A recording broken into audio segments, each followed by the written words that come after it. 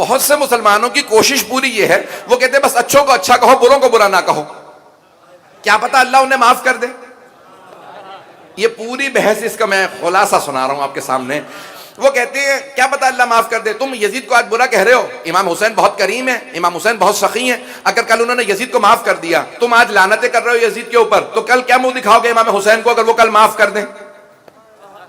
یہ بحث ہے بہت سے مسلمانوں کی طرف سے۔ وہ کہتے ہیں یزید کو برا معاذ اللہ نہ کہو، ہم کہتے ہیں کہ ممکن ہی نہیں ہے یزید کو برا نہ کہیں، ہمارا دین ہی مکمل نہیں ہوتا جب تک کہ اچھوں کو اچھا نہ کہے، بروں کو برا نہ کہے، دین ہی مکمل نہیں ہوتا۔ کیوں دین مکمل نہیں ہوتا؟ اللہ نے لا الہ سے شروع کیا دین کو، اگر میں بات پہنچا پاؤں۔ تولا و تبرہ کو پیش کر رہا ہوں کہ جب تک تولا و تبرہ نہ ہو تب تک دین مکمل نہیں ہوتا، جب تک تولا نہ ہو تبرہ نہ ہو، دونوں نہ ہو، دین مکمل نہیں ہوتا۔ تو اللہ نے لا الہ الا اللہ میں پہلے تبرہ کیا ہے اور پھر تولا کیا ہے۔ لا الہ کوئی معبود نہیں، اللہ نے سارے جھوٹے خداؤں کی پہلے نفی کر دی، پھر کہا الا اللہ۔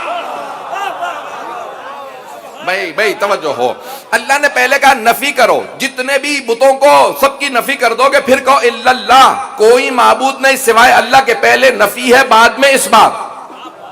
جب تک برے خداؤں سے جان نہیں چھڑاؤ گے تب تک اللہ کی توحید قبول نہیں۔ میں جملہ کہہ گیا ہوں، جب تک جھوٹے خداؤں سے جان نہ چھڑا لو تب تک توحید بھی قبول نہیں ہے۔ اگر ایک آدمی کہے میں خدا کو مانتا ہوں، اللہ کو مانتا ہوں، لیکن سارے بتوں کو بھی مانتا ہوں، کیا توحید قبول ہے؟ اور اگر کوئی آدمی کہے میں رسول خدا کو مانتا ہوں، لیکن ان کے بعد جتنے بھی لوگوں نے جھوٹے دعوے کیے نبوت کے، رسالت کے، انہیں بھی مانتا ہوں، ایسی تو رسالت بھی قبول نہیں ہے۔